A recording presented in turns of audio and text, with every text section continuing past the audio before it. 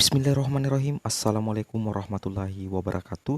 Jumpa lagi dengan saya di Abil Maiwa Channel. Jadi teman-teman, channel ini merupakan channel pendidikan tempat kita berbagi tentang aplikasi pendidikan, Microsoft Office, serta tips dan triks komputer.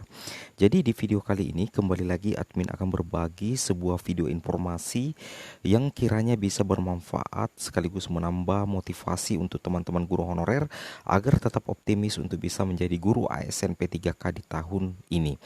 Oke, adapun judul video admin di sini teman-teman adalah 3 hal yang jika terjadi itu bisa meloloskan guru non serdik dan non afirmasi menjadi ASN guru honorer ya.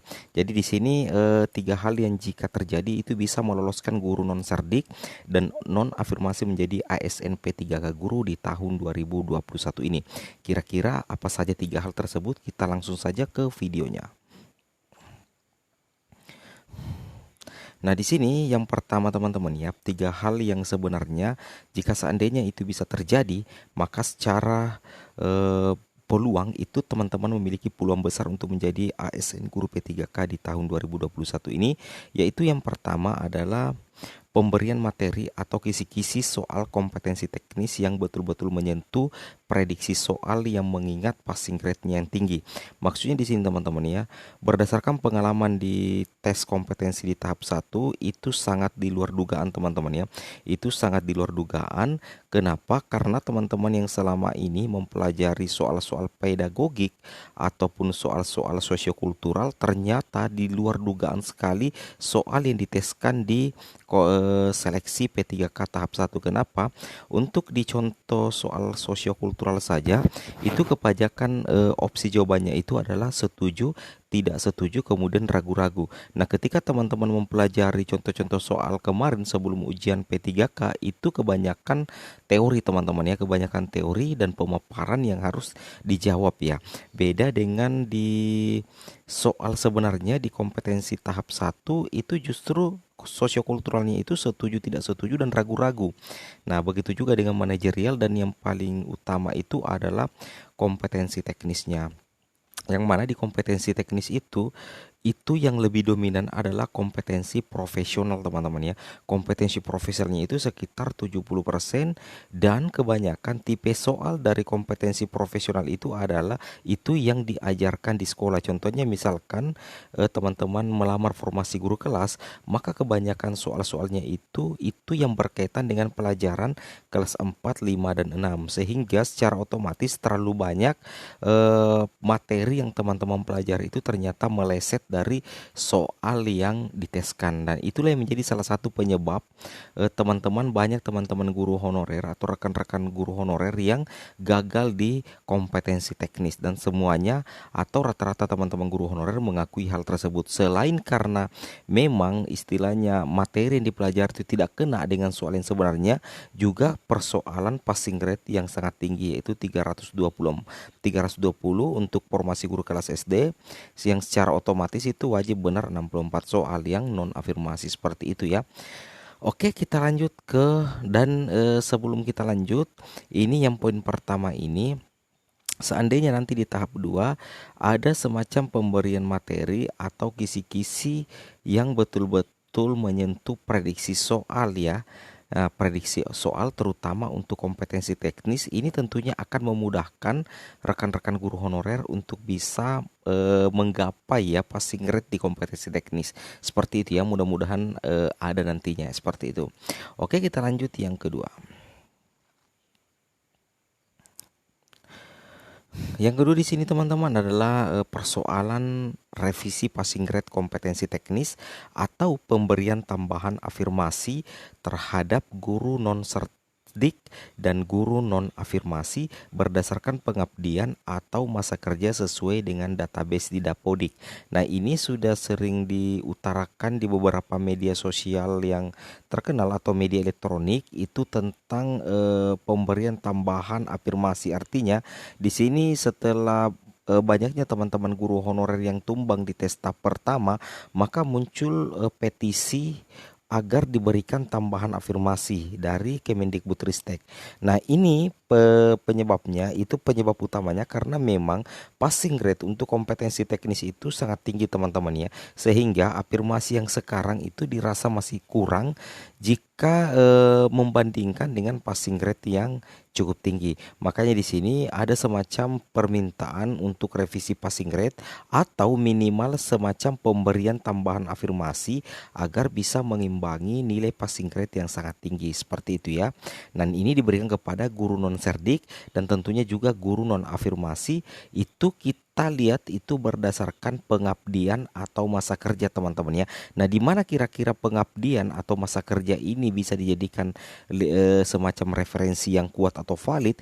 Tentunya tidak lain dan tidak bukan adalah Kemendikbud bisa menjadikan Dapodik sebagai database servernya agar bisa memantau berapa lama pengabdian atau masa kerja guru-guru honorer, karena semuanya itu sebenarnya sudah tercover di Dapodik. Jadi enak sekali seandainya Dapodik ini betul-betul dijadikan sebagai wadah untuk melihat pengabdian teman-teman guru honorer yang bisa yang nantinya bisa menjadi tambahan afirmasi seperti itu ya.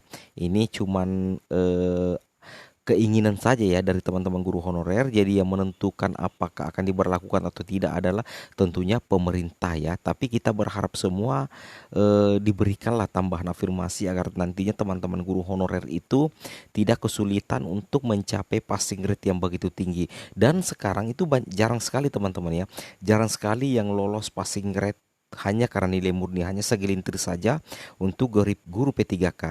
Nanti lolos ketika afirmasi serdik atau afirmasi usia atau K2 itu diakumulasikan, makanya banyak teman-teman guru honorer yang bisa lolos.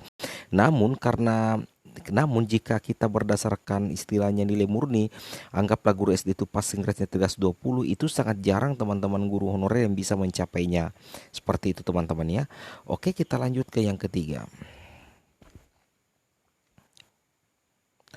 Nah, di sini sebelum kita lanjut yang ketiga, di sini permintaan di petisi dukungan untuk penambahan afirmasi. Silakan teman-teman perhatikan untuk dukungannya seperti ini. Untuk afirmasi kepada guru honorer XK2 yang mulanya 10% atau 50 poin, itu permintaan dari teman-teman guru honorer melalui petisi dukungan itu ditambah menjadi 25% atau sekitar 125 poin. Nah, ini adalah merupakan informasi yang kami dapatkan di beberapa media terkenal seperti jpnn.com ya, kompas.com. Semuanya itu viral membahas tentang permintaan teman-teman guru honorer untuk penambahan afirmasi. Minimal dengan adanya penambahan afirmasi itu semakin memberikan semangat dan motivasi kepada teman-teman guru honorer untuk bisa mencapai passing grade kompetensi teknis di tahap 2 nantinya. Nah, di sini untuk afirmasi kepada guru honorer usia 35 yang mulanya 15% itu atau 75 poin, itu permintaan dari teman-teman guru honorer atau organisasi-organisasi guru honorer itu menjadi 30% atau sekitar 150 poin. Seperti itu teman-teman ya. Nah, kita coba lanjut.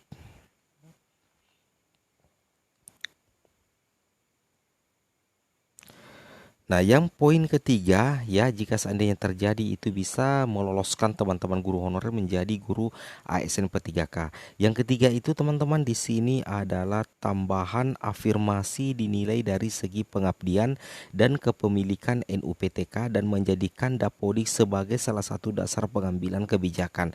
Ini sebenarnya sudah dipakai oleh Kemendikbudristek ya, yang mana menjadikan Dapodik melalui verbal ijazah sebagai momentum untuk penentuan calon peserta seleksi guru P3K. Jadi sebenarnya Dapodik ini sudah lama digunakan sebagai dasar baik itu pendaftaran CPNS guru ataupun pendaftaran P3K guru. Namun di sini kami berharap agar istilahnya pemerintah itu bisa memberikan tambahan afirmasi itu didasarkan melalui database Dapodik. Karena di Dapodik itu sudah lengkap semua teman-teman ya, seperti itu. Dan jika seandainya di poin 3 ini tercapai atau ada keajaiban dikabulkan oleh Kemendikbudristek, saya rasa ini akan menjadi berita yang paling menggembirakan kepada teman-teman guru honorer, sekaligus itu membuka peluang berkali-kali lipat untuk menjadi ASN P3K. Seperti itu teman-teman ya. Oke teman-teman, mungkin Kita coba lanjut dulu sedikit lagi. Nah, di sini dijelaskan oleh Bapak poin yang ketiga itu khusus tahap 2 bisa jadi formasi guru di tiap sekolah sudah banyak terisi. Nah, ini yang kasus teman-teman ya. Mungkin ini yang kita satu pendapat, banyak teman-teman guru honorer yang mempertanyakan mengenai slot kuota yang ada di tahap 2. Apakah sebenarnya masih ada atau bagaimana seperti itu ya. Di sini jelaskan khusus tahap 2 Khusus tahap 2 di sini jelaskan bahwa bisa jadi formasi guru di tiap sekolah sudah banyak terisi guru-guru yang lolos tahap 1.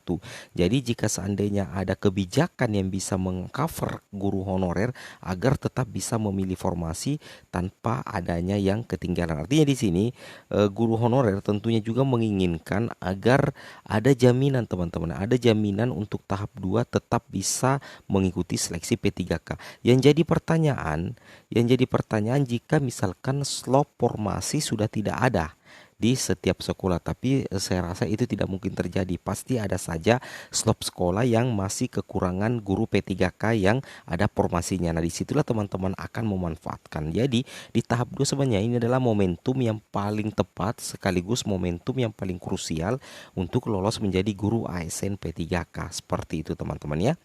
Oke teman-teman, mungkin cukup sampai di sini video informasi admin. Semoga video ini bermanfaat. Jangan lupa like, comment, dan subscribe. Assalamualaikum warahmatullahi wabarakatuh.